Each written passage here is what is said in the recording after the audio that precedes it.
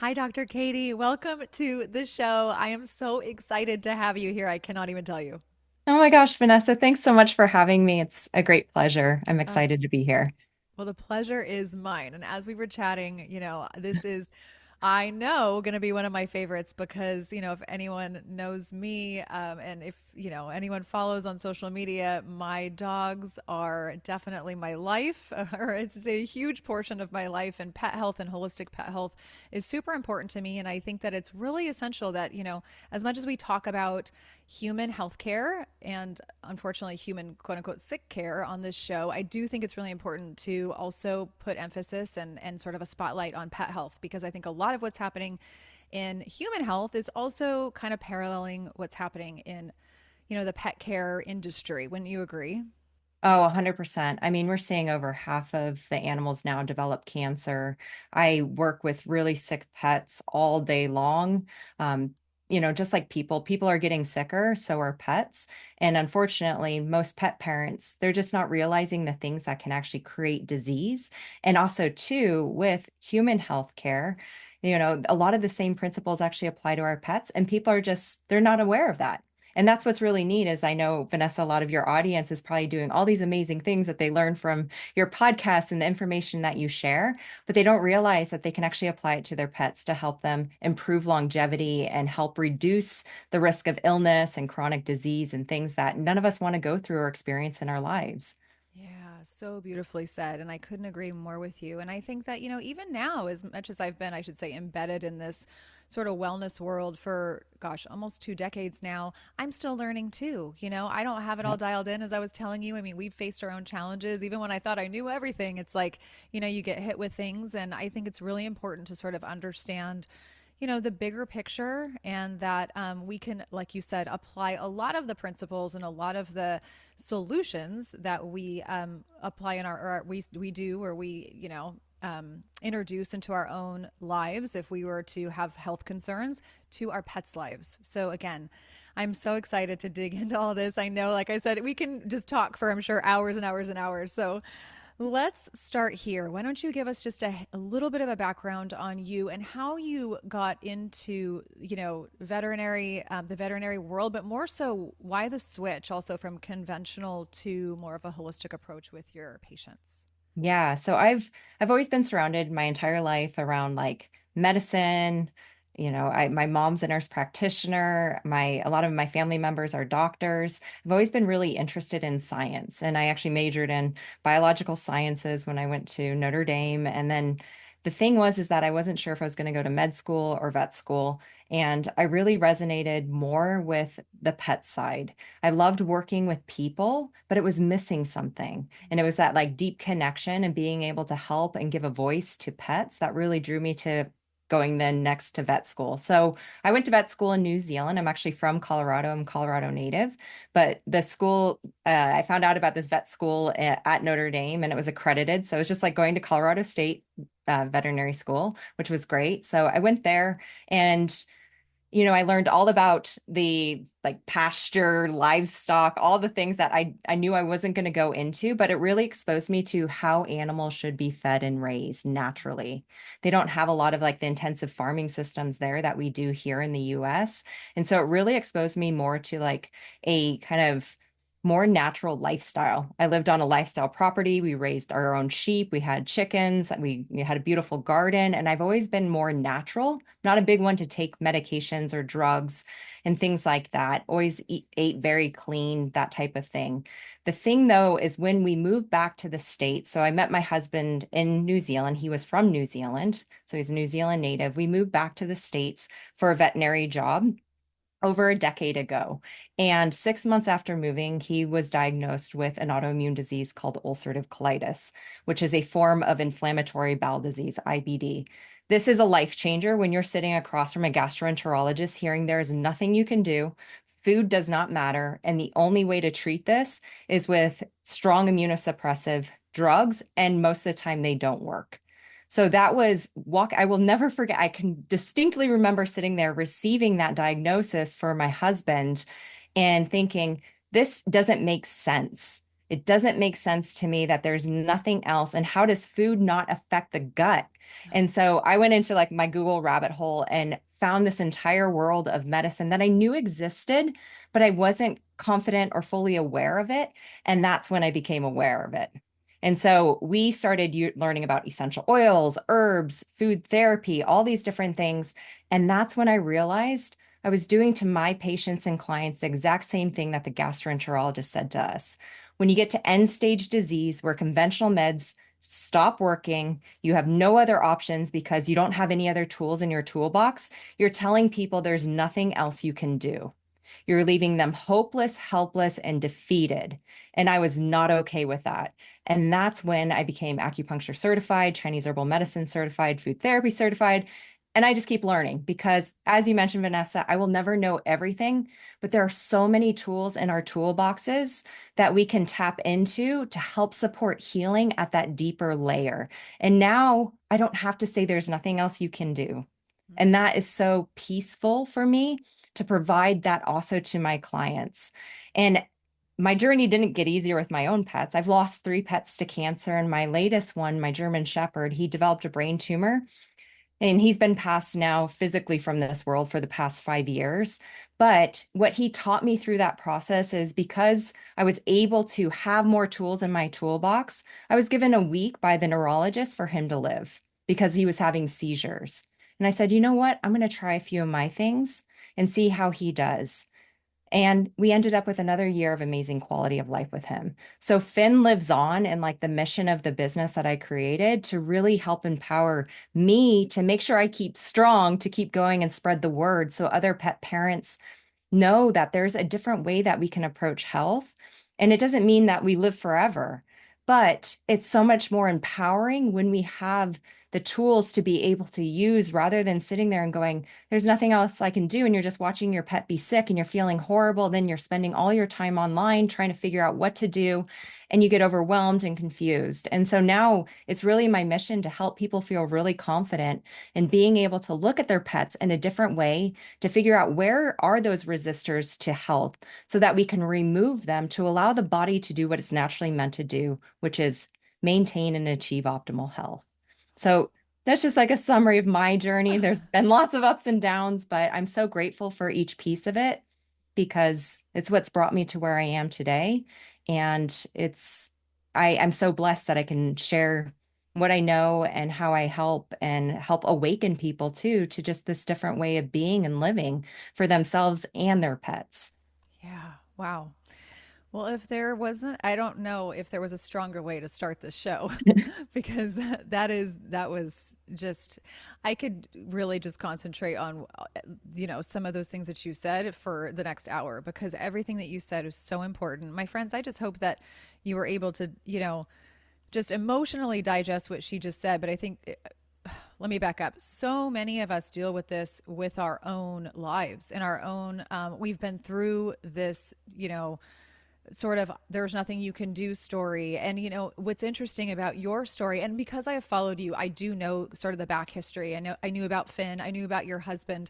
I've gone through that personally. My brother almost honestly lost his life from ulcerative colitis. Almost. He Mm. doesn't have a Yep. colon anymore.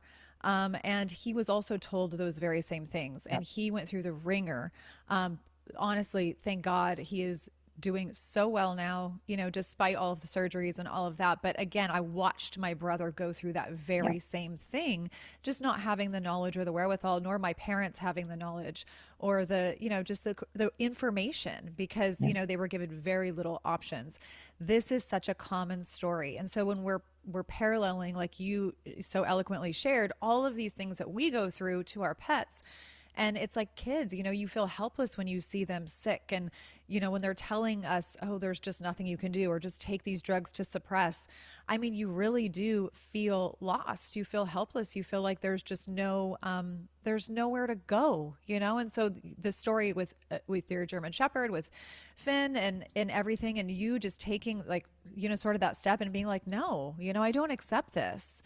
Mhm. It's so powerful because it shows your patients and the pet parent, the pet parents that you're working with that things really are, they can be different and their bodies are designed to heal just like our bodies are designed Yeah. to heal given the right circumstances. 100%. And I think the biggest thing too, and a lot of things that I see pet parents struggle with is like the fear element of when you go to, the professional and they're the authority on this subject, right? And there's a fear of like, well, if I don't go with their recommendations, am I going to hurt my pet?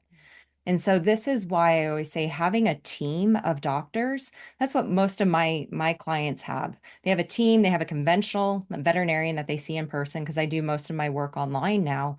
And then we're bringing in the power, that beauty of an integrative approach. So that way they have a sounding board to be able to ask like, okay, this is what was said and done.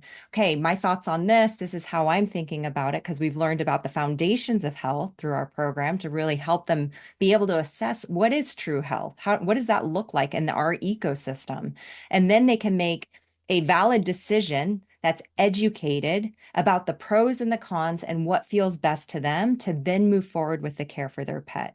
Because that fear is what keeps people stuck. And I still deal with that. My husband still like sees a gastroenterologist. She has zero clues about how the gut works, which is super scary. And she's told us we're providing suboptimal care for him. And if I was in a place, and I wish I was like not using her exact words. It's crazy to me. Like I Wow. have been through all sorts of amazing things in like this history, this past decade of gastroenterologists. But the thing is that because we have more knowledge, because we've done the research, because we've worked with functional medicine doctors, I have faith in our path. And so just because she tells me something doesn't mean that it's going to come true. She's coming from a place of her knowledge, her experience, and that's why she's saying those things because she doesn't have any of the knowledge that I have from the more holistic side of things. And that's a really important thing for pet parents listening to this to keep in mind. My veterinary colleagues are doing the best that they can with the knowledge that they have. They want your pet to be healthy, but we're not taught any of the things that I know now in vet school. All of the knowledge that I gained outside of vet school are the things that I use and apply and teach for my pet parents. And that's just where we're at. So it's the same principles of my veterinary colleagues. A lot of them don't even know what the microbiome is.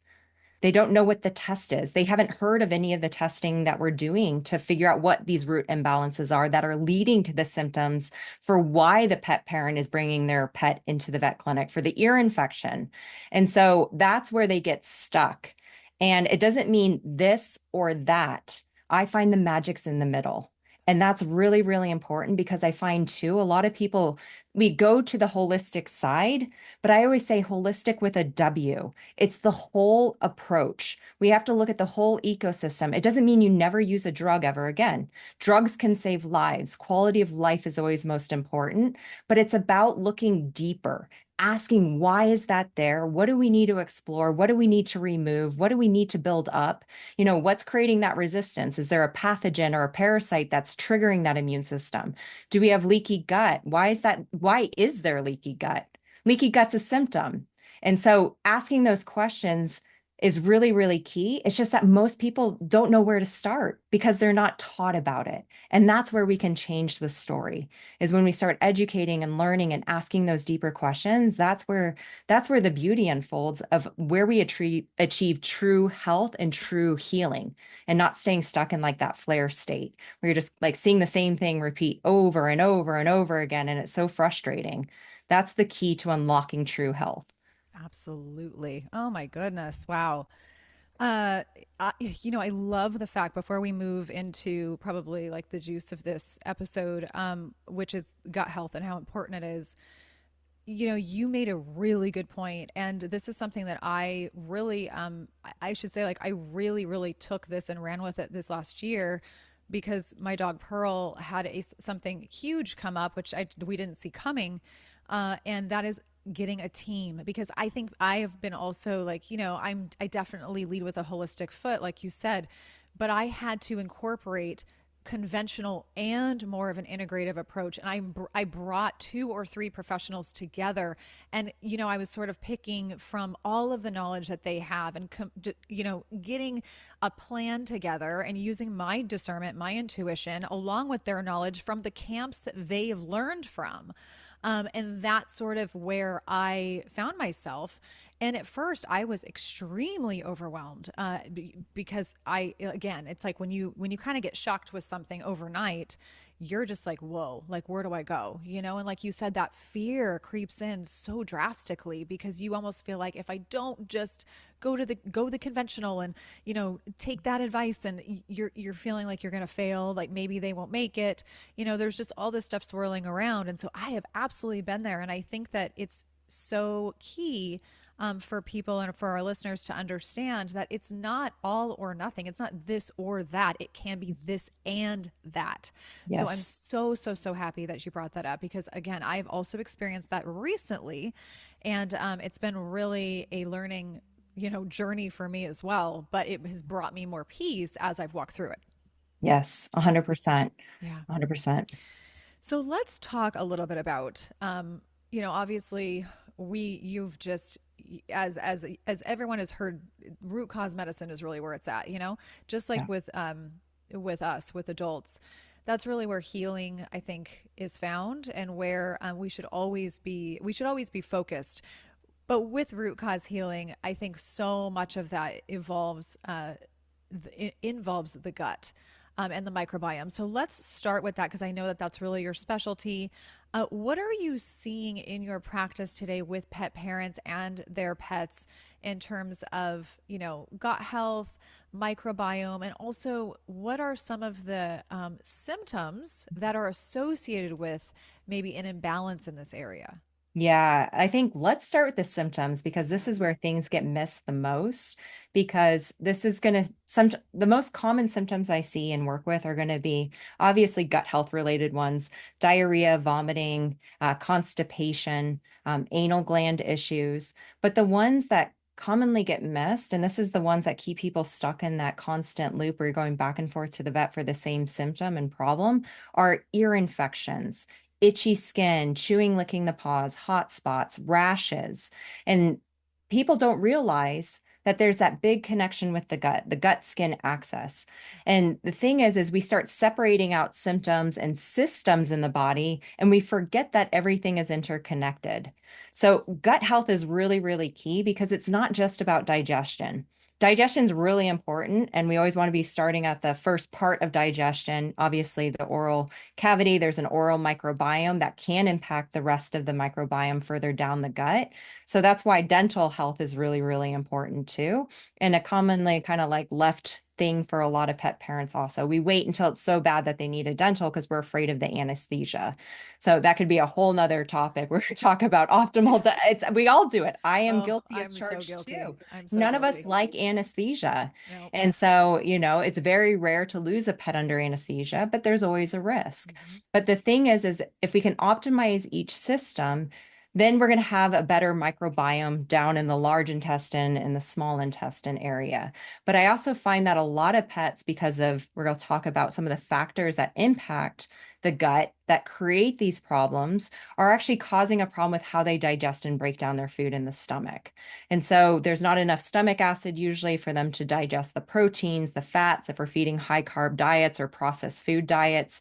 It's not being broken down. And then what happens is that when we pass that food through into the small intestine and the large intestine, because over 70% of the immune system is actually integrated into that gut lining and is speaking and connecting with the microbiome. So those trillions of different types of microorganisms, bacteria, fungi, protozoa that should all be happy, healthy, wide diversity. There shouldn't be an overgrowth of bad bacteria in there.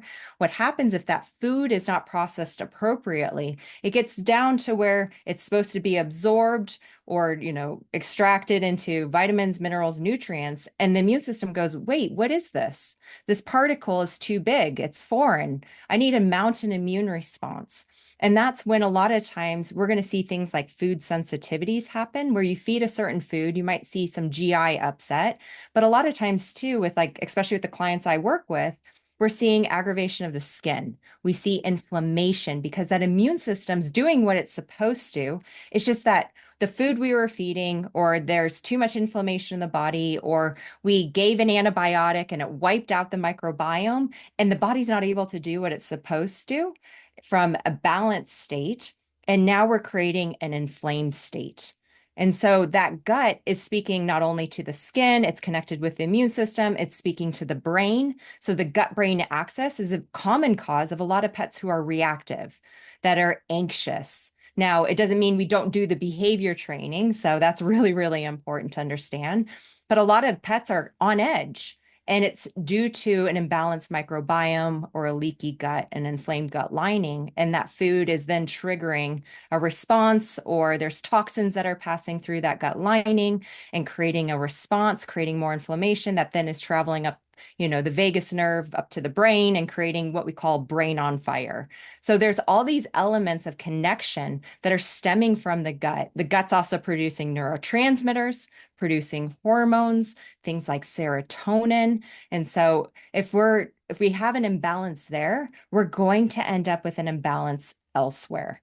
And where it shows up will depend on that pet, and where things are kind of off balance or broken essentially at that time and place. And so if we don't know to ask why is that symptom there and go deeper and use a lot of the functional medicine testing we have to figure out what is off, you're going to have a really hard time fixing it. You're going to stay stuck on just symptom care, symptom treatment.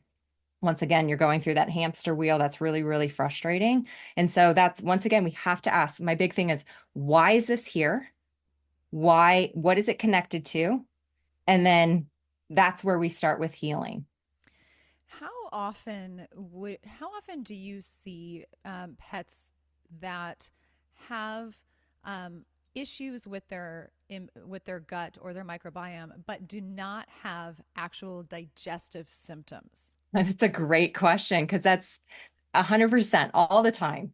So this is like the allergies. Allergies are so common. They're getting worse. And also too, allergies aren't always technically allergies. Right. So they could be they're usually detox problems. I test for heavy metals. Heavy metals are a huge issue. So you don't have to have loose stool, burping, like gas, gurgliness, constipation, diarrhea, vomiting to have a gut health problem. That is why, though, we always test the gut, even if you're not seeing those symptoms, because the other symptom, whatever you're seeing in your pet that doesn't seem gut related, there's still going to be a gut health component Yeah. that if we don't find it and we don't fix it, you're going to stay stuck. So it 100% all the time, there's always a gut health component. Yeah. Yeah. It's interesting because I've had a couple practitioners on this show, and we did a gut health, like an IBS gut health show with an amazing practitioner, Kim Heinz. And she was talking about how, so many of her clients have no symptoms of gut issues at Yes. all. And she was actually one of them. She suffered from horrible migraines for over a decade. And it turned out that it was actually an imbalance in her gut that needed to be fixed in order for those migraines to dissipate. And, Yep. I think about that with the pets, and I think about that with even my girls. And, again, there's a lot of detail there, but I think, okay, like where can I look a little bit deeper? Because just because their stools look okay or they're not vomiting every week doesn't necessarily mean there's not an imbalance in there, Yes. So I feel like it's such a, and it's so, it's kind of like almost makes you go, what, like how Yeah. could I, but it's so easy to miss. Well, the other problem is too, is that we've normalized a lot of these symptoms. So I work with a lot of cats, like poor cats, they don't get enough of a They voice. don't, they And don't. so, but their their vomiting symptoms have been normalized. Like a cat vomiting is normal. And I'm like, no, it's not normal, it's common. A cat should not vomit. Why is the cat vomiting? And a lot of times the cat's on, a kibble diet, which is high carb, and they don't actually have the digestive enzymes and power to digest carbs. And that leads to these imbalances in their gut. And that's why they're vomiting. Or, it leads to an allergy and they start over grooming and now they're getting hairballs. And it's Mm, like, wait, why are we normalizing these symptoms? And I hear it all the time too with older pets. Age is not a disease. Like thank age you. is not a disease. Oh We my need gosh. to get that through everyone's head. Age is not a disease. So your pet aging, yes, things can get harder. I've noticed that in my 40 years of life. Like I need to take better care of myself. Things start wearing down. And the neat thing is there's so many tools we have that I can optimize myself and I feel much better than I probably did in my 20s.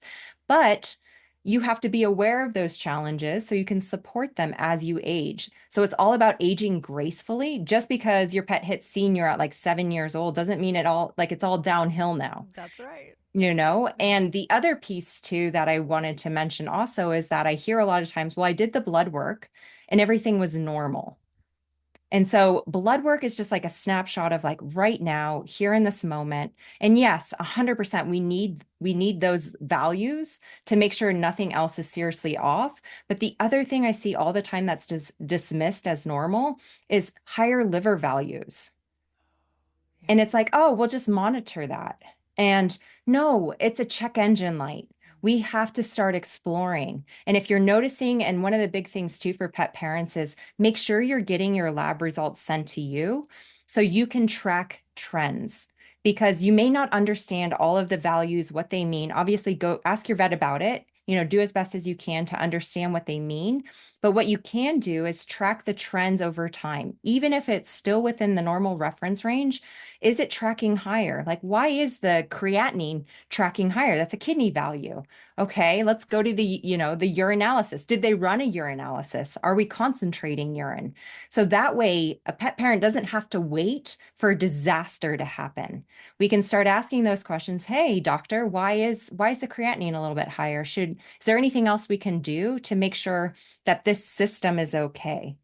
And that way, we're more empowered. We're not waiting the whole wait and let's see. I always say, what are we waiting for? We're waiting for a diagnosis so you can use a conventional drug. We don't want to do that, and you don't have to wait for that point. Absolutely. Really, really great advice. And I think that it's important to also, to your point, if you're having a difficult time, and I know you're probably going to agree with me, if you're having a difficult time having these conversations with a veterinarian, or they're not taking the time to explain these, trends to you, or you answer the basic questions that you have the power to move on to another practitioner, because these are things Yes. that you have the right to know about your pet, just the same way that you have the right to know if it was a child. And so, it is really important to be your own be the advocate for your pet, just the way you'd be the advocate for yourself or a child or, a parent or a husband or a wife. You really have to take the initiative, because a lot of times you're just going to get basic information when there are things that need to be probably talked about that are not being talked about in conventional spaces. 100%. Yeah. Definitely. Yeah. Yep. Wow. So important. In regards to skin issues, before we kind of move on, I want to ask you a few questions about diet, because I think that's I get questions about this in my DMs all the time, just because, again, I share Tilly and Pearl so much in my stories on Instagram and so forth. And so we've got a lot of pet talk. But in terms of the skin issues, can you talk for a second about why conventional treatments, again, might be helpful for a time, like Yep. Cytopoint or Apoquel, but how they might be a little bit riskier long term, and what you're seeing in your practice with these drugs? Yeah. So with allergies, because we're seeing an explosion of allergies, my first thing is, well, what is the main causes of these? Yeah. And so always going to like, okay, what do we need to reduce and remove? So I follow like a 5R protocol whenever I'm looking at a pet. Number one, reduce, remove. So looking at, are we still giving potentially like toxic flea and tick preventatives? That's a big one. A lot of the drugs that are used now are neurotoxins. There's actually an FDA warning on them, and I will never use them. Now, there are a lot of great natural repellents, so I don't want to scare people. There's a lot of great resources that I have on my website, my YouTube channel. They're repellents, though, so they're not insecticides, but that means that they're much safer for your pet over time. They're not going to kill them. And these drugs can kill pets. I've seen it. I've done consults with pets that have died from these drugs. So looking at, okay, what are the things I'm giving that from, treats, supplements, medications, what food do I feed? What water am I giving? Are we filtering the water? Water is a big one. There's a lot of toxins and chemicals in the water. And then looking at, okay, well, what can I change, right? Like the laundry detergent is a big one. Like Tide will stay in sheets for like 6 weeks, and it creates so many itchy pets. So you need to remove that and use a safer, less non-toxic laundry detergent. The chemicals and the artificial fragrances, they got to go. They have to go. Gotta go. They Gotta go. have to go. They have Yep. to go. Use like if you want something, I use essential oils. Like I love essential oils. Essential oils. I know I'm probably opening a can of worms here. They are safe for pets when you use them appropriately and you use Right. the right brands, just like anything else. Yeah. But we have to get rid of these potential toxins that are aggravating the immune system and making it work harder. That's creating inflammation. That's causing the itchiness that we're seeing with allergies. Once again, ask why is the immune system working harder? So going through those things and looking at reducing or removing what you can. Now, people get really overwhelmed with this. Start with one thing. Yeah. Start with one thing and whatever works and feels good to you. Maybe that's one thing per week or one thing per month. No matter what you decide to do, it will make a difference for your pet. So we need to look at that. What are the factors that can be creating the allergies? Now, in terms of looking at, okay, I use a lot of herbs and natural things that are going to help reduce inflammation, naturally reduce histamine, while I'm also using testing to figure out what things are off. So my goal is to try these things before we step to like steroids, Apoquel, or Cytopoint. Now, we can't always get there, right? Sometimes we have to use a drug because the pet's scratching themselves raw, they're bleeding. Like there's a quality of life issue that can come with this, 100%. And this is where a short course of medications is okay. So I don't want people to think like because you'll read a lot of really harmful side effects from these drugs, 100%. We have to be careful of how we use these drugs. The problem is that they've never been tested for long-term use. They're also blocking certain pathways of the immune system. So the warnings on the label are if you use this long term, they're suppressing the immune system. It increases the risk of cancer for your pets. You're also not supposed to use it with steroids. I would be careful with giving vaccines with those medications too, because when you think about, I think a lot of people, they just don't understand to no fault of their own because they just don't know.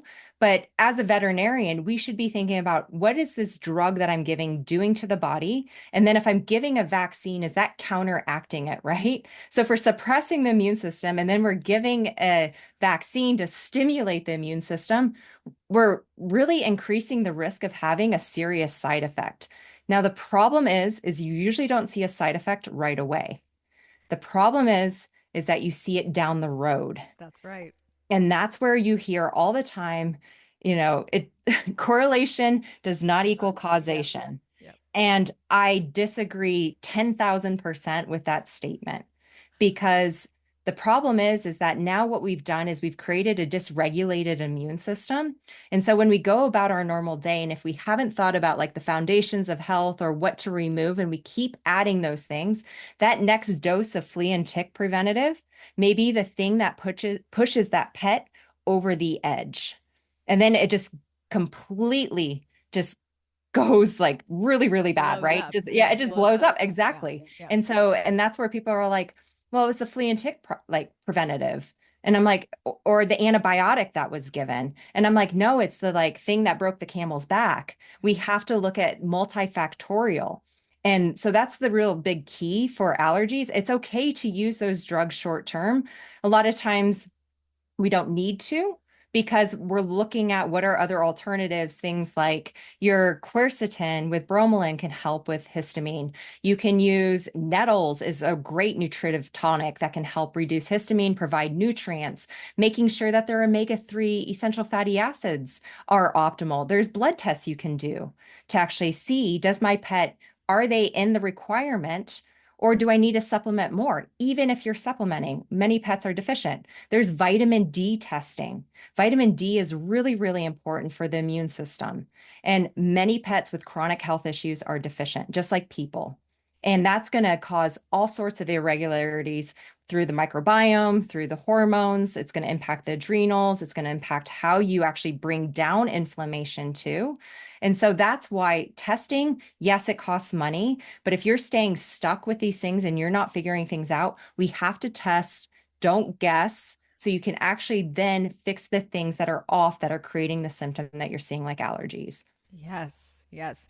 If you guys are not watching and you're just listening to this, I feel like my neck is hurting from nodding because, and I'm sure a lot of you that regularly listen to the show is probably, you're probably like, oh my gosh, Vanessa's probably exploding inside because it's just, this is exactly what this show is not only about, it's what we just so it's what we talk about all the time with human healthcare. It's what I talk about on social media with humans and pets. And it's just, you made such a great point, which is it's this cascade of events that leads to the thing, right? It's not just one, and it's like this with I'm just going to say it.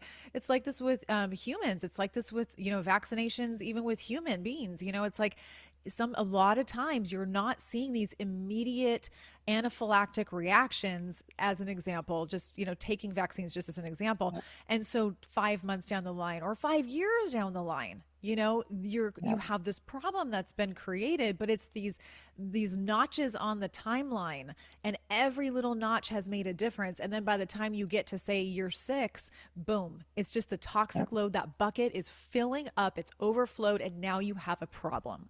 Yep. And I've seen it with my own, both of my dogs are adopted. I actually, unfortunately, my littlest Tilly, we figured out through a lot of digging that she had a rabies Vaccinosis. vaccination reaction.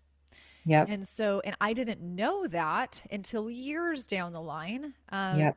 And it's been I think, unfortunately, I've now see sort of the cascade of events and things that I've seen in her life and how she is behaviorally, how she deals with certain things emotionally. Also, there's other things that I can tack onto that. And, there's been this cascade, and it all started back when she was given a vaccine right around the time that she actually was diagnosed with parvo. So Oh, yep. yep. So she's a Oh, parvo puppy survivor. She's a puppy parvo survivor, combined with getting a bunch of vaccinations around the same time, and her immune system was just like, well, "Help!" You can her only gut imagine. too, her Yeah. microbiome. Like she's, that wreaks so much damage on that gut lining, the microbiome, the drugs that you have to give to help them stay alive. She probably Alive. received like, Yeah. and then that's the really key thing too with like vaccines, because I know we wanted to touch a little bit on the vaccines because pets are over vaccinated. And I truly do believe it's leading to so many of the chronic health conditions we're seeing now, just like what you said, Vanessa. It's like, it's another notch on the belt. And it takes time for sometimes these things to manifest as a symptom. However, with vaccines, we over vaccinate. They last longer than they're not due for a vaccine. That's not how the immune system works. I hate that we say that as veterinarians. Like your pet is due for a vaccine. It's like, did the immune system just stop working? I don't understand. Like that's not how it works. Uh, But there's things that we can do in terms of a lot of the core vaccines that our pets are due for, right? I'm using that in quotes for yeah. people that aren't Right. watching. Right. So this is where like vaccine titers are really helpful because that way you can have your vet draw blood and you can actually see, does my pet have this antibody against this virus? So distemper, parvo, a lot of these pets still have antibodies. And if they register positive, even if it's low, your pet should be okay. Now, once again, as a disclaimer, we can never say like they won't come down with that. If there's a high enough like viral burden that they come across, there's always a chance that we can have a vaccine failure or the immune system is overburdened. It doesn't do what it needs to do and they can get sick. That can happen with anything. However, I truly believe that we need to be better about how we vaccinate and also to never vaccinate a sick pet. What that means, if there are any symptoms you see in your pet that make me think that they're not 100% healthy, you should not give that pet a vaccine. Yep. And I hear it all the time. I talk to people every day about their gut health problems, and they're like, but my pet's healthy. And I'm like, you just told me they have IBD. They're not healthy. Like that is not a state of health. If your cat has like is vomiting every other week, they're technically not healthy enough for a vaccine. There's something going on. It doesn't mean that they're going to get really, really sick. So I don't want to, misconstrue that. But we don't want to overburden their immune system that's already trying to do something. So we need to be really careful about that. This can lead to hard conversations with your veterinarian. This is the thing that creates most fights in the vet clinic Yep. because we're not taught about vaccine titers in vet school. And I think there's a lot of miseducation around how the immune system works and like memory cells and all the things that we're looking at because titers do not test for memory cells. So your pet could still be able to mount an immune response even if they're low on a titer. Now, if they're registering 0 and we're not seeing anything, then I would do a vaccine, but I would test a titer typically 1 to 2 weeks after that because then you'll have the best chance at seeing, is my pet a non-responder to vaccines? And they should never get vaccines again because they're just not going to respond no matter how many times you vaccinate them. But if you do see a response, you're like, great, I'm good. I'm good for 3 more years. And then I do another titer, knowing that you're probably good for the rest of the life of your pet, honestly. Now, rabies is a bit different. It's a public health concern. So, rabies is the one that gets a lot of people stuck, but there's a lot of detox protocols you can use, and making sure that your vet's using thimerosal-free rabies vaccines and they're using a vaccine that's labeled for 3 years. So at least you're spreading it out. I've worked in clinics that use 1 year labeled rabies vaccines to get people to come in frequently. It happens. I've worked in clinics like that. It's not okay. But once we become aware that that can happen, we can be the advocate to ask for those types of rabies vaccines or find a veterinarian that does the 3 year thimerosal rabies vaccine. That way, you're best protecting your pet. Never do it when they're sick. Do not do it during a sick visit. A lot of times you'll hear, oh, it's time to update the vaccines. Don't do it. Just say, the thing I always tell my clients is say, oh, okay, that's great to know. How about we help my pet feel better? And then I can come in for a recheck down the road once they're feeling back to their like healthy self. And then let's explore the vaccine. Would that work for you? And then you're creating that conversation. You're not dismissing it. And that allows you that space to heal your pet. And then down the road, once your pet's healthy, if you need to give that vaccine, they're in a much stronger state to be able to handle that vaccine. Wonderful advice. Absolutely wonderful advice. A lot of pet parents feel really stuck here, and I've been here Yep. too. And it's been a under the radar fight on my end as well because, like you said, it's a public quote unquote health thing. And a lot of people can't travel if they don't vaccinate, at least with Yep. the rabies situation, and it can become a real challenge with vets. And then, asking for titer testing, and some of them look at you like you're speaking another language, Yep. and I've even heard of vets refusing to do it, and so Yep. it's just really a matter of getting somebody who's a little bit more open-minded and can actually just like have the conversation, Yep. and listen to your concerns because it's, yeah, traveling's important and all these other things are important, but the life of your pet is the Yep. most important here, when we're talking about this stuff. So really, really good advice. Switching gears really quick before we start to wind down, I know that a lot of people are just so concerned about the diet piece, which obviously Yep. falls under, for obvious reasons, gut health and the microbiome. And again, there's so many things to touch on, but I definitely want to get this in before we tie down, or I should say, land the plane here. Um, you know, Diet is probably the primary issue that's oftentimes causing gut problems. Not the only thing, to your point, you've been talking Yep. about toxins and other environmental stressors. And I know there's a lot of them today because we're also suffering from them. But pet parents are struggling here, I think, a lot. And they're also at the point where a lot of people are hearing about the risks of kibble and overprocessed food, but yet they're terrified of transitioning, or they've transitioned and they've seen it backfire on them. So Yes. let's touch on this. How can pet parents transition appropriately, or what steps should they be taking? What is raw also good for every pet? I know you've got a lot to say about this. I feel like we're gonna have to have a different. We're gonna have to have a part two. This is just there's just too much here. There's just too much. There Plus, is. I've We'll enjoyed this do a conversation. longer one next Yeah, time. we're gonna Yeah. have to. We're gonna have to do a part two. There's just, but just to kind of like give everybody a little bit of an overview right now. Yeah. So, food is the most controversial thing. It's the thing that creates the most drama in the world, I feel like. It does. Outside of politics, it's insane. And so the thing that's happened is that when we start looking at, well, what are we recommending to feed to our pets? Like, as a veterinarian, I was taught that the kibble diets are the best. It's formulated, it's balanced, it's fit for all life stages, all the things you see on the bag. Those things are important. But the problem is that I didn't learn about how pet food was made and what those ingredients were that went into that bag. And then also to going back to the gut health is that our dogs and cats have zero physiological requirement for carbohydrates. Kibble has to be over 50% carbohydrates in order for it to be formed into a kibble piece, to be extruded in that form.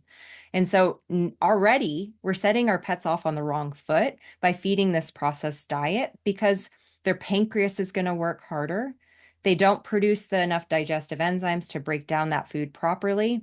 And then also, too, the kibble, because we're not using like the sources of organ meats or whole foods for the vitamins and minerals. We have to use synthetic vitamins and minerals. And so it's much harder for the body to regulate that and process it. And we're at a higher risk of things like recalls. So we've seen that numerous times throughout the years. Vitamin D is a notorious one, not to mention other chemicals and things that can make its way in. But this is the problem when we're not using whole food nutrition, is that the body is able to like remove the excess or like take in more when we're using whole food because of the synergistic properties of the vitamins and minerals in whole food form. So with kibble, we're naturally starting off on the wrong foot. This is also a big reason why we see a lot of pancreatitis. Like pancreatitis is a high carb diet problem, processed food. It's also a lot of rancid fats. Like if you've ever opened up a bag of this actually happened. So full transparency, I didn't know any better when I got Finn as a puppy when I was in vet school. He was my first year vet school puppy. I put him on like German Shepherd kibble because I thought it was the best thing for him. I was doing the best that I could with the knowledge that I had. And I will never forget opening a bag of food for him. And I was like, what is that smell? It's rancid fat. And so when we think about these foods, like as soon as you open a bag of kibble, you're exposing it to air. So any of like the fats, the oils are going to start oxidizing and they become rancid over time. This is why like getting those like 40-pound bags of food and just keeping it open is not ideal. Yeah. Well, for more than one reason. But when kibble is processed, the problem is too, is that like as a veterinarian, I didn't know about the whole rendering process. So brief breakdown, pet food is not human grade food. It's pet feed. It is not fit for human consumption. There are actually two different categories. And that's why you'll see on the bag, this is not fit for human consumption. So for anyone here with like little babies that go into like the pet food bowl and they put like they're putting everything in their mouth, like we don't want that Yeah. because this food is not actually human grade food. It can come from dead, diseased, dying animals that were discarded, it can come from roadkill. That's the rendering process. And this is what scares most people and then sends them into the fear of like, well, what do I feed, right? So the other piece with the rendering is that this is all put into a big vat. It's boiled down. And what they do is they scoop off all the scum fat that comes off, like floats up to the top. And then they dry down the other rendered products. And that's your meal. So when you look at the ingredient list on the bag, you'll see like meal. It might be meat meal, which means we have no idea what type of meat. So it's all sorts of animals. We don't know. If it says chicken meal, we at least know it came from chicken, but meal means it's a rendered product. And then it goes through the extrusion process where that food is heated to really high heat temperatures that can actually create carcinogenic byproducts. And there are studies that actually show this. So this is like taking a steak, right? And you put it on your grill and you cook it really, really hot. And you're like, oh my gosh, I forgot about it. It's like char-grilled, like all the Oh, yeah. black Yeah. crust. Yeah. Yeah. Like you don't want to eat that. That's carcinogenic. That's what's happening to kibble. You're just not seeing it black, but the exact compounds are within that kibble. And so when we feed that to our pets, we're creating oxidative stress. There's other chemicals. We know that glyphosate or Roundup is really high in these foods because we're using things like the oats, wheats, legumes make up a big part of this. And those are the foods that tend to be highest in glyphosate. They're sprayed right at the end of, the crop season to desiccate, to dry them out, and then they're used. They're cheap. So these products are not optimal diets for our pets. So in terms of looking at what is the best food for my pet, whether it's a dog or a cat, I always think about how can we create the most minimally processed food. It doesn't have to be raw. Raw is not for every pet. I feed two of my cats raw. The third one, she's older. She won't eat raw. She does better with like a freeze dried and a canned food diet. So I tailor it to that individual pet. But raw kind of gets put on a pedestal when you enter like the holistic realm. And I love raw foods. They can make a huge difference for a lot of pets. But I also work with a lot of pets with like really sensitive guts. And if you're going from kibble, which is more energetically warming from like a food Chinese food therapy perspective, it's the hottest, it's the warmest food. And you're going straight to a raw diet, that's the coolest energetic food. Your gut needs warmth. So it's like a cooking pot. And if we're not providing that warmth to a pet that's already struggling, like, or an older pet where their digestive powers aren't as strong, that's when we see like the bloody diarrhea and you end up in the ER. And then your vet's like, oh, you're going to create E. coli, salmonella. You're like, you're killing your pet. Never feed raw again. And then you're like, I'm never feeding raw again. The problem is that we went from like this really hot food, we put a really cold food in a gut that's probably the microbiome's already off. We probably already have leaky gut. There's inflammation, and the body's like, whoa. And Whoa. what does it do? Creates diarrhea to get rid of it. So it's creating a natural process. So the biggest thing for everyone here is deciding, okay, if you're not comfortable with raw, that's okay. Okay, can we do a lightly cooked food? Now, when I talk about lightly cooked, I'm talking about, you're not grilling the heck out of things, right? We want to maintain the nutrients in the food. And so there's a lot of great pre-made options. This is not if you're like, oh my gosh, Dr. Katie, I can't even cook for myself. I have no time. Like I am just barely keeping the children alive. A lot of people are in that place. And this is where there's so many great brands out there now that we can use a product that's balanced, that has the vitamins, minerals, nutrients, that is minimally processed, that then you can put your like pet on. It's more expensive to do it that way, but it's an option. And so the biggest mistake that people make when they switch to a fresh food diet is they feed an unbalanced diet. And that's what vets are afraid of. So these are going to be things like you're just feeding like rice, chicken, and some vegetables. That is not a balanced diet. We need a bone source, like a calcium source. We need vitamins and minerals added in. Like a lot of times, what you'll see when you transition your pet off of kibble is you'll see an improvement in their symptoms, even if that diet's unbalanced. But it's because we remove so much of the like garbage out of their body that now that inflammation is decreased and the body's like, ooh, this is good. But we need to make sure that we're feeding a balanced diet over time. Not every meal needs to be balanced, just like for us. It's like that's impossible. Yeah. But we need to make sure that consistently over time that we're getting those nutrients into that meal. Now, here's the other piece. You can do a combination of all these.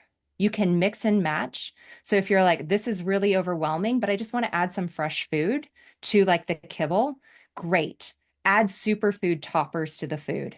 So this is things like organic blueberries. You might need to blend up the blueberries, else they might poop them out whole. So that's just Yeah, something you want them to I've seen absorb that before. yeah, that happens all the time. Yeah. Adding a little bit of like, cooked sweet potato, adding an egg. You can either use it raw or you can cook it. I told you my cat would join us. Um, Okay. um, so these Oh, are these are a few things where you can increase the nutrient value of your kibble. It's just by adding fresh food, superfood toppers. yeah. Bone broth is great. Adding sardines is a great natural source of omega-3s.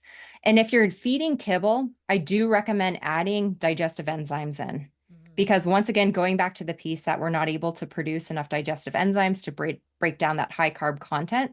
So at least we're supporting your pet's gut health and that digestion process so that they're hopefully able to extract as much out of that food, but then use superfood toppers. And then the piece about the transitioning, this is really, really key. So we have different types of food, right? We have your most processed is kibble. We have canned food. We have your freeze dried. We have raw, or we have lightly cooked. We have raw. And they're all kind of like in that gradient. So any of those, if we can kind of move away from the majority being processed, will help your pet. But if this is where knowing your pet, and everyone here knows their pet because you're with them every day, you're watching them. You wouldn't be listening to this podcast if you weren't like, I want to support my pet as best as possible. Slow and steady wins the race is the mantra you want to have. Some people are like, I just want to do a quick 100% transition. You can, but I don't recommend it. I recommend at least over 2 weeks where you start with 25% new food mixed in with 75% old food. Do that for 3 to 5 days. Any digestive upset or like gurgling or a little bit more gas, extend out the transition. you're allowing that microbiome to readjust to the different foods, fibers, and fats. So you're less likely to have like severe GI distress. So then next you go to 50-50, 50 new with 50 old, 3 to 5 days. Okay, how are they doing? How are they feeling? Okay, they're good. Their poop looks normal. I'm not hearing a lot of gas. They're doing okay. Then you go to 75% new, 25% old, 3 to 5 days. Stay there, ask those same questions, and then you move to 100% new food. So if you're looking at transitioning the diet completely, I am such a fan of slow and steady wins the race. You have your pet's entire life ahead of you. I want you to stay out of the ER. Big things to have on hand, though. Slippery elm, really, really helpful. Soothes the gut lining. So if you see diarrhea, stop your transition, keep things the same. You see like loose stool, add a little bit of slippery elm in to calm things down. Also, Saccharomyces boulardii is a beneficial yeast that helps support the microbiome and that local immune system. And there's lots of research around it to help stop diarrhea. Those two things have on hand. That way you're covered if something happens. Usually you can stop the diarrhea before it becomes a problem. Not always, but those two things definitely have on hand. So if you're noticing anything off, just slow down. Once again, you can take your time with this. I have clients that do even like longer transitions over 4 to 6 weeks, and that's okay. Just give yourself time, give yourself patience. Just be aware of what's going on with what's coming out of your pet, monitor that, and slow and steady wins the race when you're transitioning food. Wow. Wow. Very, very good advice. And I really do agree about the slow and steady, but also I have to, Tilly and Pearl, they eat different foods because one of them has a gently cooked food that is more on the, I want to say raw-ish side, and it's very, very high protein. Yep. But Tilly, my littlest, she, for whatever reason, couldn't handle that type of food. She eats more of a combination of carbs and protein, like the carbs like sweet potato and things of that Yep. nature, and was having a really hard time with organ meats for Yes, whatever that's reason. common. Yeah, Yep. very and again, she's got a Rich. history. It's very Yep. rich. She just Yep. can't. She also throws up bone broth. Pearl does not throw up bone broth. So there's just you have to sort of, it's an experiment, and you have to sort of like be Yep. patient with the experiment. It's just bottom line. Yep. Um, there are so many questions that I have for you, both myself, but also I had my listeners send in their questions, but I know that we have run out of time. So I'm going to hunt you down, literally. We're going to set up another We're going time. to have to set up a part two because, this was definitely a very requested show and I want to make sure that we can get everything in. So I hope that we can set that up. But you've given us so much food for thought, literally. This has been an amazing conversation. There is just, like I said, we can talk for another 7 hours and it still wouldn't be enough. But in the interim, if people want to learn more about you, more about the Natural Pet Doctor brand in general, how they can get in touch with you, social media programs, YouTube, etc., please let us know. Yes, so I kept it super simple. If you just go to thenaturalpetdoctor.com, I have a free gut health masterclass, and I also have a free gut health guide that includes a lot of the brands for food and more of what we talked about today. So you can download that there. Also, too, I'm active on Facebook, Instagram, and YouTube. So once again, Dr. Katie Woodley, the Natural Pet Doctor. And that way you can keep learning, better understanding a lot of the things that we barely touched today, because there's so much about it, but it doesn't have to be overwhelming. And I think the biggest thing I want to leave people with is, as we just mentioned, the slow and steady, but also choosing one thing at a time, because I think we learn all these things and we get even more overwhelmed, and have peace of mind knowing that just changing one thing will help your pet tremendously. And so start with that. Once you feel comfortable with that, then move on to the next thing, and make it easier on yourself. Because I promise you, we have so much amazing research now, just even on fresh food and adding in like things like blueberries and how it optimizes health. So simple changes like that, changing the laundry detergent, filtering your water, pick one and go from there, and it'll make a difference for you and for your pets. Amen. Amen. I always say, I've said this for years on social media and here, but small changes can really equal a big impact. It doesn't have to be, and a lot of times we will fail And with Grace, I say this because I've done it as well. We will fail Yep. when we try to prioritize 60, 70 Oh, different things. It's just so overwhelming and also creates so much stress. And then your pets are also going to feel that stress as well. yes. And it's really an energy exchange. So I could not agree more. Um, you guys, all of this information will be in the show notes. I highly encourage you to follow Dr. Katie. I have followed her for years, which is why she's here because I hunted her down and her team. And I'm so glad that I finally had the chance to have you on or got the chance to have you on. It has been such a pleasure. But all of this information will be listed for you in the show notes. If you have a hard time finding anything, please do not hesitate to reach out to me and I will point you in the right direction. And I'm sure Dr. Katie feels the same, and her and her team will do their best to also guide you if you need any assistance. Again, it has been just an ultimate pleasure. I can't wait for part two. Like I said, I'm going to literally hunt you down, but really thank you for taking the time out of your busy schedule to be here with us and to educate us. It's really been such an honor. Yeah, thank you so much, Vanessa. And I just want to thank everyone for listening too. Like, I take such joy and knowing that I couldn't do what I do without the people doing the things. So, thank you so much for having me here and all the amazing knowledge you spread across the world to help people and also to help their pets. It really, really means the world to me. Oh, well, thank you. Really, the honor is mine. You are a blessing. And there, it is people like yourself that are really making such a huge dent in this world. Whether it is pets, whether it is people, whether it is children. I mean, we just need more of you. So again, you're a blessing to us all. I can't wait to Oh, talk to you more. And yes. yeah, thank you again. Yeah, thank you so much. Absolutely. All right, my friends, I hope that you all have a blessed day, and I will see you on the next episode. Take care.